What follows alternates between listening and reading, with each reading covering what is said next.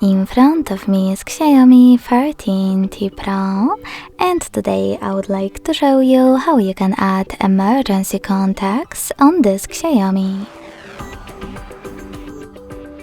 Begin by going into Devices Settings and scrolling down right away to access Safety and Emergency. Following that, choose Emergency Contacts and tap on Add Contact. Then click on the one that you wish to set up and do exactly the same to all the other ones you need. To remove one of them, select this X next to the one that you wish to get rid of and confirm your choice in the pop-up.